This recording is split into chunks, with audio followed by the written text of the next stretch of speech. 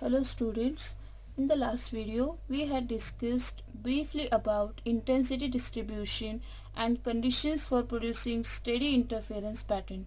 Today we will discuss about Young's double slit experiment to understand about the phenomenon of interference of light. We know that the term interference of light is nothing but the modification of light, or we can say that reproduction of the intensity of the given light is nothing but interference of light. See, in the year 1801, Thomas Young demonstrated for the first time the phenomenon of interference of light, and his arrangement is shown in the given figure. Look at here.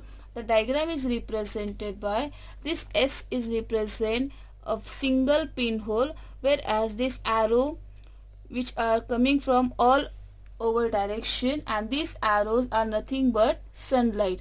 When this sunlight is passing through this single pinhole, it represents this type of pattern. That means when the light is falls on, or when the light is superposed in this single hole, then the direction of the light is represented like a constructive, or we can consider as a circle. But when these light again passing through these two pinholes, which are represented by S1 and S2 are represent two pinholes, then it forms or it follows constructive as well as destructive interference pattern, and we can get bright band, dark band, alternate bright and dark band on the screen XY. So in the diagram, that S is represent a single pinhole, S1 and S2 are represent two pinholes, and this XY is represent screen, whereas B is nothing but bright band, D is nothing but dark,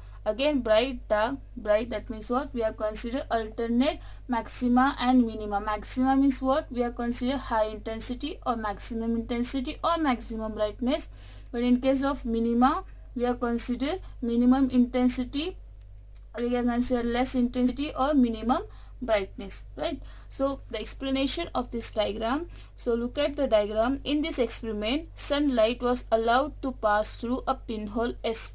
See, we know that the direction of sunlight is represent all over direction. We cannot say, because that sunlight is nothing but unpolarized light, and when that unpolarized light is passing through the single pinhole, and after that again when this light is emerging from S, was allowed to pass through two pinholes S1 and S2, which are very kept close to each other. See, this is nothing but one of the condition to producing steady interference pattern. That means the distance between the distance between the two slits is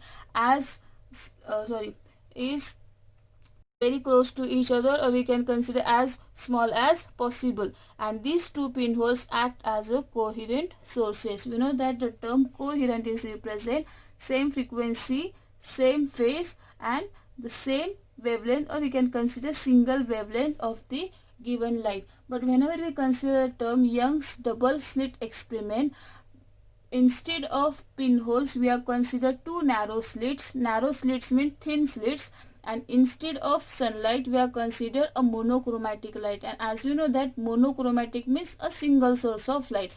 That is the difference between Young's experiment in case of pinholes and Young's experiment in case of double slit experiment. So here first we discuss about the experiment which is related to the two pinholes. So look at here, we are consider these two patterns. One is represented by black lines or solid lines, and another one is represented by dotted line, whereas this solid line is nothing but crest and this dotted line is nothing but trough. Already I told you the crest is nothing but upper part and trough is nothing but downward part. Look at here. When we consider this is the direction of wave, then this part is represent crest and this part is represent trough. And when the crest is falls on, or when crest is superposed means falls on, when crest is superposed on another crest, or when trough is superposed on another trough, such a points are therefore of maximum brightness, or such a points we are considered in terms of bright point right? Or we can consider in terms of constructive interference pattern, right? Look at here.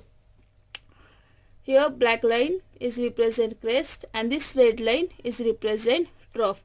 This green colored line is represent bright bands and this orange color line which is represent dark band, whereas bright band is represented by X mark and dark band which is represented by circle. So look at here, this black is false on black. That means what? Crest is superposed on another crest. So this is represented by which mark? X mark. Again, when you consider this dash line, again this dotted line is false on another dotted line. Again this is represented by X mark. Again in third case, this black line is false on another black line. So that is nothing but crest falls on another crest. That dotted line is represent trough. The trough falls on another trough. Again crest falls on another crest. And look at here. Again we are considered trough falls on another trough. And if we draw a single line according to this X mark, so that is represent in terms of bright band.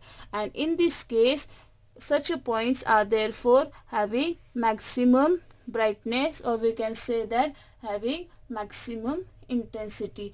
But what about other case? Same for trough. If look at here, if we consider this dotted line is superposed on another dotted line, and that dotted line is nothing but what? Trough. Look at here, I mentioned here in notation that solid line is represent crest and dotted line is represent trough. So when this dotted line is false on another dotted line, again here this dotted line is false on another dotted line, again in the third case. So if you draw a single line according to the trough, again you will get which point? Bright point. And in this case we are considered we are consider maximum brightness. In another case, that is if we consider some points which is marked by circle, so at this stage crest of one wave are superposed on trough of other wave and vice versa, and such points are therefore of minimum brightness, or we can consider dark point, or we can say that destructive interference pattern. That means odd multiple of lambda by 2. Already we discussed about what is the constructive and what is the destructive interference pattern and their conditions. So look at here. Look at here. This black line is false on red line. So that is represented by circle. Same for here.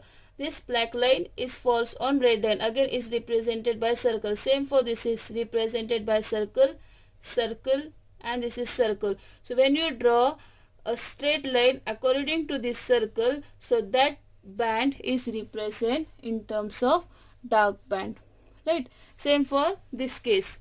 Again this black line is false on red line, so that is circle drawn. Again black line falls on red line. If you draw circle, again black and red, that means circle, same black and red, that means circle. And if we draw a straight line, so that band is represented in terms of dark band. But in this case the central band is always represent bright band, right? Because whenever we consider a monochromatic light, monochromatic means we are consider a single source, and whenever we consider that single source is passing or is travel along x direction, that means this is falls on a central point, and at that central point we are consider maximum intensity. That means suppose if we draw a wave according to this bright dark bright band, and if this B is represents central bright band for these two pinholes, so bright band which is represent like this, again dark which is represent like this, again bright, again dark, and this is represent maximum bright band, dark, bright, dark, bright, and so on. So at central bright point which is having maximum intensity, and this construction which is nothing but Rayleigh criterion we will discuss in the next topic. What is the Rayleigh criterion and which are the condition according to the given diagram. But you just have to remember that whenever we consider central bright band, it's having maximum intensity, because we are considered monochromatic light, and that monochromatic light is nothing but a single source, right?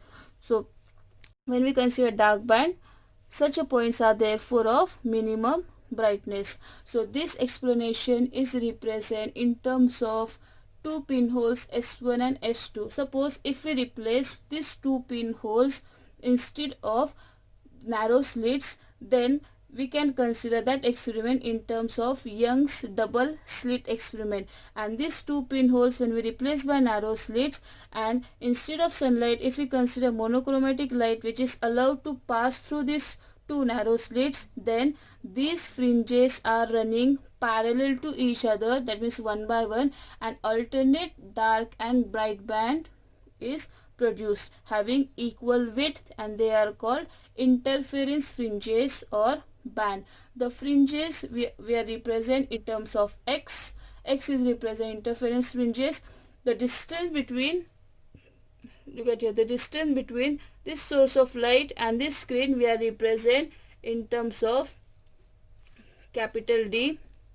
The distance between these two pinholes or two slits we are represent in terms of small d, and that bright band, dark band, bright are nothing but the interference fringes which are denoted by what? Which are denoted by x.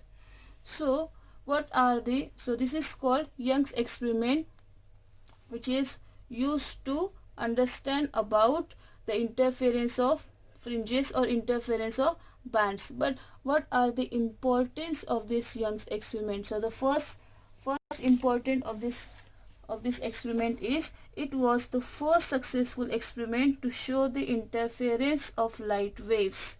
And second importance is what? From this experiment it is possible to calculate wavelength of monochromatic light. That means if we have to find out the wavelength of a single light, then it is possible to find out wavelength by using this experiment, and we have to use the formula lambda is equal to xt upon capital D, where lambda is called wavelength of light, x is called fringes, small d is called distance. Look at this, small d is called distance between these two slits, and capital D is called distance between screen and the given source. So this lambda is equal to xt upon d. This formula is very important to learn to find out the wavelength of light. If we have to find out value of x, then if we replace this d in lambda and small d, then we can write x is equal to lambda d upon small d. So if you have to find out the value of fringes or to calculate the fringes value, then we have to use this formula lambda capital D upon small d. Again, if you have to find out value of small d, that is distance between two screen, then small d is nothing but lambda d upon x. Okay, so according to this formula we can find out value of x and value of d. These are nothing but the next point of this topic, that is nothing but biprism experiment we will discuss later. So in the next video we will discuss about the analytical treatment of interference band depending on the interference of fringes or depending on the interference of light. So if you have any difficulties regarding this experiment or regarding this explanation, you can leave a message in comment box. Okay, we'll see in the next video. Thank you.